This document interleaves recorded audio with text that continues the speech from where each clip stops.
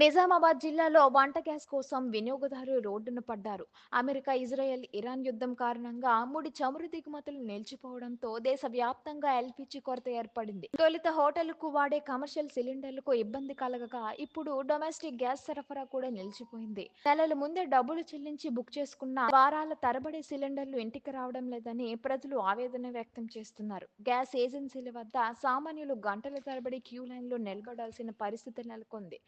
ప్రభుత్వం అత్యవసర చర్యలు చేపట్టే దేశీయ ఉత్పత్తిని పెంచుతున్నామని చెబుతున్నా క్షేత్రస్థాయిలో మాత్రం సామాన్యుడికి గ్యాస్ కష్టాలు తప్పడం లేదు. గ్యాస్ కొరత 1990ల నాటి రేషనింగ్ రోజులను గుర్తు చేస్తుందని ప్రజలు ఆందోళన చెందుతున్నారు.